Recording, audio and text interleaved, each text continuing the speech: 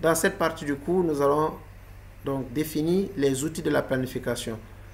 Nous avons dit que les outils de la planification affichés dans cet écran, c'est le Gantt et le PERT. Est-ce qu'il y a un volontaire pour nous définir ce que c'est que le PERT, le réseau PERT? Dans la salle, est-ce qu'il y a quelqu'un qui a entendu parler du PERT? Personne. Alors, PERT, oui. Programme d'évaluation et de revue technique. C'est le diagramme. Le PERT, c'est le réseau. Le réseau PERT, d'abord l'acronyme PERT, le P signifie programme en anglais, E c'est evaluation, R c'est review ou research et T c'est tâche, TASK ou technique selon certains documents. Ça c'est l'abréviation, mais qu'est-ce que ça signifie en français? Ça on traduit le mot à mot. Programme d'ordonnancement. Programme d'ordonnancement des activités. Oui. Oui, je vous écoute, madame. Monsieur? Oui, oui. Le PERT, c'est sous forme graphique, non? Le quoi? C'est sous forme graphique. Oui, c'est un réseau. Ce sont des planifications sous forme graphique. Le PERT, c'est un réseau. Je pourrais vous faire un schéma. Le PERT, c'est un réseau où toutes les tâches sont reliées entre elles. C'est ça. Oui, c'est un réseau qui entraîne la liaison entre les tâches. Et qu'est-ce qu'il fait? Il sert à plusieurs choses, parmi lesquelles déterminer le chemin critique et les tâches critiques. Donc, le PERT nous permet d'avoir les tâches critiques et le chemin critique. Lorsqu'on fait ce cours en cours magistral, on peut dessiner le PERT à la main à partir d'un projet, faire des calculs de l'algorithme du chemin critique, déterminer les tâches critiques, déterminer les étapes critiques et sortir la durée du projet. C'est avec le PERT. Donc le PERT va calculer aussi les marges libres et les marges totales en faisant le calcul, les algorithmes et les formules de calcul des marges.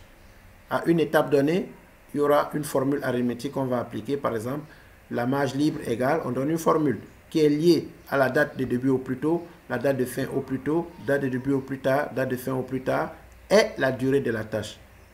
C'est des formules qui existent, mais on ne vous demande pas dans ce cours de retenir ces formules. Tout ce qu'on va vous dire, c'est comment observer, comment visualiser, comment déduire le PERT, ou aller cliquer pour avoir le PERT, comment visualiser le Gantt. Donc tout est fait pour vous. Ce qu'il faudra savoir, c'est un outil de planification. Il vous aide facilement à planifier. En moins de 2 heures, vous pouvez faire une planification. Il faut comprendre les concepts et comprendre comment l'outil fonctionne. C'est tout. Il n'y a pas de formule mathématique comme dans Excel, etc. pour une première approche, pour une initiation. Maintenant, quand vous allez faire le niveau très avancé, on verra comment utiliser les fonctions, si d'autres choses. Mais pour un niveau initial, vous pouvez mettre en place votre projet, le budgétiser, mettre les coûts et avoir les rapports. Nous venons d'expliquer le PERT, donc c'est un réseau des tâches, le réseau des tâches, qui a pour but de déterminer les tâches critiques, le chemin critique, et de donner la durée du projet. On l'appelle le réseau PERT. Le Gantt, comme son nom l'indique, c'est un diagramme Gantt. C'est l'enchaînement des tâches dans le calendrier. Et vous voyez, donc, quand celui qui parle de planification, il y aura un calendrier qui va s'afficher. D'ailleurs, je vous fais une démonstration parce que la pratique vaut plus que 1000 théories. Je fais une démonstration et je partage l'écran.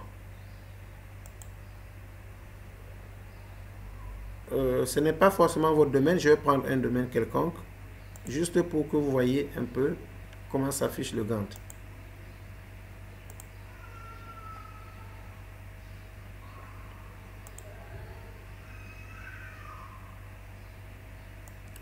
Voilà, je partage cet écran avec vous.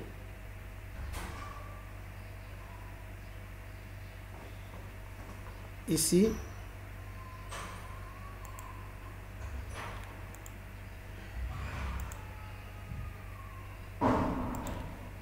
donc je veux illustrer l'explication à travers les concepts à travers une image. Alors si vous voyez bien mon écran, vous allez voir des barres en bleu et en rouge. Ça, c'est le diagramme Gantt. Ça, c'est MS Project. C'est un projet. Le projet que je vous ai donné, c'est un peu la solution. Gestion des entrepôts qui a été fait par les Master 1 en cours du jour. Donc, c'est le même cours pratiquement. Donc, si vous voyez à droite, vous voyez ici le Gantt.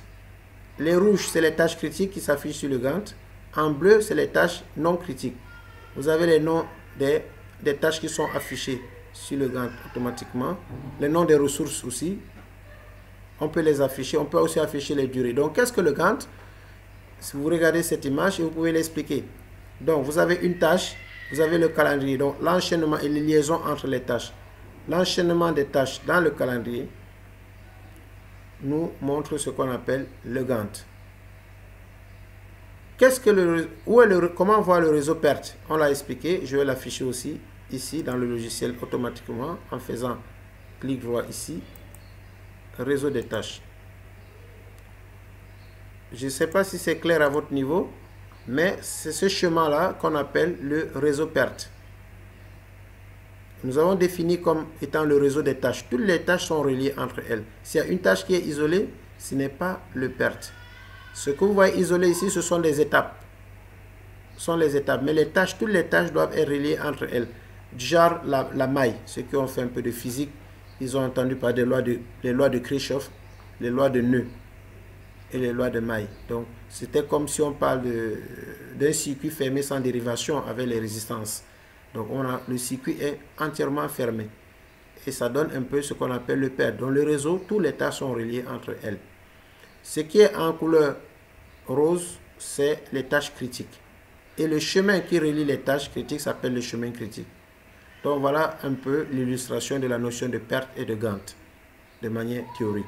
Mais c'est ce que vous allez faire en TP. Nous avons fini, épuré donc le plan du cours sur la notion du petit document que nous avions. Et je pense que it's time to take a break parce que il fait 10h36, c'était 9h, 10h30 et 10 minutes de break et on reprend pour faire la dernière partie du cours. Est-ce qu'il y a des questions? Je réponds aux questions avant de mettre l'arrêt de l'enregistrement.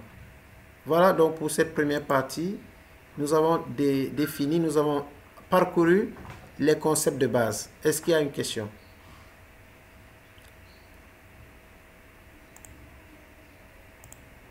On dirait que vous êtes très fort, hein, vous n'avez pas de questions. Bien compris. Ok, ça marche. Alors, est-ce qu'il y a quelqu'un qui peut nous gérer la pause, le break de 10 minutes? C'est-à-dire que à 10 minutes, il faut qu'on soit tous dans la salle.